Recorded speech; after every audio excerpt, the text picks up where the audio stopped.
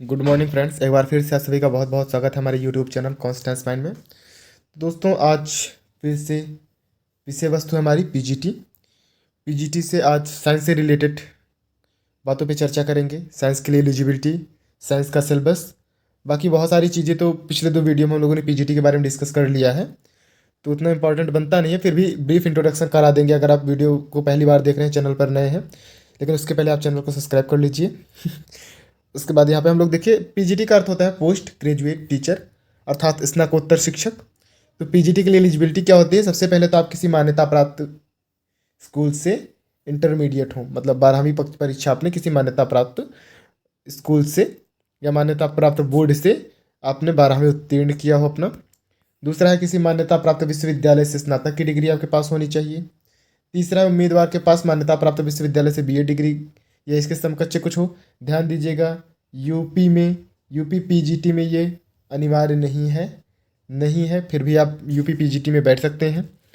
फिर चौथा है आवेदक के पास किसी मान्यता प्राप्त विश्वविद्यालय से स्नातकोत्तर की डिग्री होनी चाहिए, वो भी कैसे? 50% से अधिक अंकों के साथ, स्नातकोत्तर, एमए, एमएससी, एमकॉम। तो सबसे पहले हमने एलिजिबिलिटी देख लिया। इंटर होना चाहिए, ग्रेजुएशन होना चाहिए, और आप किसी मान्यता प्राप्त विश्वविद्यालय से स्नातकोत्तर हो, तब आप यूपी पीजीटी में बैठने के योग्य हैं। फिर देखेंगे इसकी एज जो होती है न्यूनतम 21 वर्ष होती है। ध्यान दीजिएगा, न्यूनतम होती है, इसके अधिकतम की सीमा नहीं दी जाती है।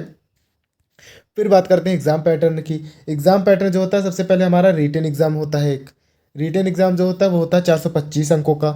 उसमें पूछे जाते हैं 125 क्वेश्चन। ये 125 क्वेश्चन जो पूछे जाते हैं, ये केवल और केवल आपके सब्जेक्ट बेस होते हैं। कैसे होते हैं? केवल और केवल आपके सब्जेक्ट पे, कोई रीजनिंग नहीं, कोई जनरल अवेयरनेस नहीं, कोई जनरल नॉलेज नहीं, केवल आपके सब्जेक्ट से आपसे 125 प्रश्न पूछे जाएंगे। 425 अंकों के लिए समय आपको दिया जाएगा 2 घंटे। 2 घंटे, 125 क्वेश्चन, 425 अंक। इसके बाद दूसरा हमारा होता है interview. Second phrase interview. Interview कितने अंकों का होता है? 50 अंकों का होता है।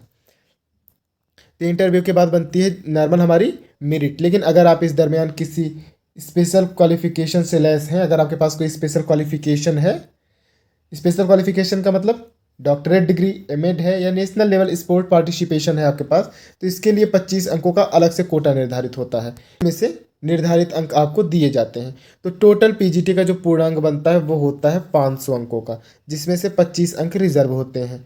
फिर अगर आप कोई स्पेशल क्वालिफिकेशन नहीं रखते हैं, तब आपके हिसाब से पूर्णांक जो बनेगा 475 अंकों का बनेगा, जिसमें 425 आपका रिटन, 50 नंबर का इंटरव्यू, उसके बाद टोटल मेरिट बनेगी। उसके बाद चयन प्रक्रिया शुरू होती है। फिर आइए बात करते हैं सबसे पहले जीव विज्ञान के बारे में। माध्यमिक शिक्षा सेवा चयन बोर्ड से जो पाठ्यक्रम आया है प्रवक्ता के लिए जीव विज्ञान का, उसमें सबसे पहले है आकार डेटा। आकार डेटा से संबंधित इतना है। अब यहाँ पे अगर हम सारी चीज़ों को डिस्कस करेंगे तो वीडियो आई थिंक बहुत ज़्यादा लंबा हो जाएगा, क्योंकि इसमें फिजिक्स, केमिस्ट्री, मैथ, तीनों जो साइंस के पोर्शन है उनको हमको कवर करना है। तो वीडियो लंबा ना हो, इसलिए हम इसको यहाँ पे शॉर्ट में आपको जो हेडिंग है उसको बताते चलते हैं। आप स्क्रीनशॉट ले सकते हैं। अगर आपको पीडीएफ की ज़रूरत है तो पीडीएफ आप किसी भी प्लेटफॉर्म पे मांगेंगे, वहाँ पे आपको मिल जाएगा। आप टेलीग्राम चैनल की लिंक आपको डिस्क्रिप्शन में मिल जाएगी, इंस्टा पेज की आपको लिंक डिस्क्रिप्शन में मिल जाएगी। आप मेल आईडी अगर मेंशन कर देंगे तो आपको हम मेल कर देंगे, तो आप स्क्रीनशॉट भी ले सकते हैं। तो सबसे पहले आकार डेटा के बाद देखेंगे कार डेटा है, परिवर्धन जैविकी है, फिर देखिएगा पर्यावरणीय जैविकी एवं विश्व विज्ञान, वन्य जीवन, जैव सांख्यिकी, उसके बाद प्राणी व्यवहार भी इसी में आता है, प्रोकैरियोटिक। तो जीव विज्ञान से संबंधित हमारे पास इतना मैटर है, मतलब जो सिलेबस में है। आप स्क्रीनशॉट ले लीजिए इसका, ये और दूसरा पेज ये है। इतना हमारा जीव विज्ञान से संबंधित है। इसके बाद बात करते हैं वनस्पति शास्त्र की। वनस्पति विज्ञान में कहाँ से क्या पूछा जाता है? तो वनस्पति सबसे पहले स्टार्ट होती है विषाणु से। विषाणु की परिभाषा, प्रकृति, संरचना, परागमन तथा विषाणु जनित रोगों के लक्षण एवं नियंत्रण, जीवाणु विषाणु का वर्गीकरण, संरचना, प्रजनन, जीवाणु की सीमा तथा महत्व, लाइकेन प्राप्ति तथा प्रकृति संरचना, प्रजनन, वर्गीकरण एवं आर्थिक महत्व, शैवाल फिज का वर्गीकरण। तो आप इसको देख सकते हैं। उसके बाद यहाँ पे देखते हैं दूसरा आता है बायोफाइटा संबंधित इतना है। फिर आवृत्त बीजियों की वर्गीकी, उससे संबंधित। फिर देखिएगा आर्थिक वनस्पति विज्ञान, तो इतना हमारा वनस्पति विज्ञान से संबंधित है। इसके बाद बात करेंगे भौतिक विज्ञान की। तो भौतिक विज्ञान में सबसे पहले यांत्रिक, फिर ताप भौतिक, इनसे संबंधित इतना, इससे संबंधित यहाँ तक। फिर है भौतिक प्रकाशिकी, स्थिर विद्युत स्थितिकी, चुंबक स्थितिकी, विद्युत धारा, विद्युत चुंबकत्व, चुंबकत्व, प्रत्यावर्ती धारा, प्रकाश विद्युत प्रभाव। तो ये इतना हमारा फिजिक्स का सिलेबस है। तो भौतिक रसायन में क्या क्या हमने देखा? गैसीय अवस्था, ऊष्मागतिकी तथा ऊष्मा रसायन, आणविक ऊष्मागतिकी, अंतर सतह रसायन, विलयन, रासायनिक साम्य, वैद्युत रसायन। उसके बाद देखेंगे अगला अकार्बनिक रसायन में। अकार्बनिक रसायन में सबसे पहला हमारा है परमाणु संरचना।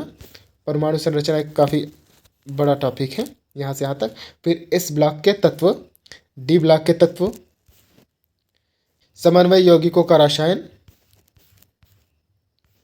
तो रसायन का इतना है। तो कार्बनिक रसायन में देखेंगे, तो ये हमारा कार्बनिक रसायन का इतना सिलेबस है। तो दोस्तों इसमें भी हमने एक बार एजुकेशनल क्राइटेरिया चेक किया।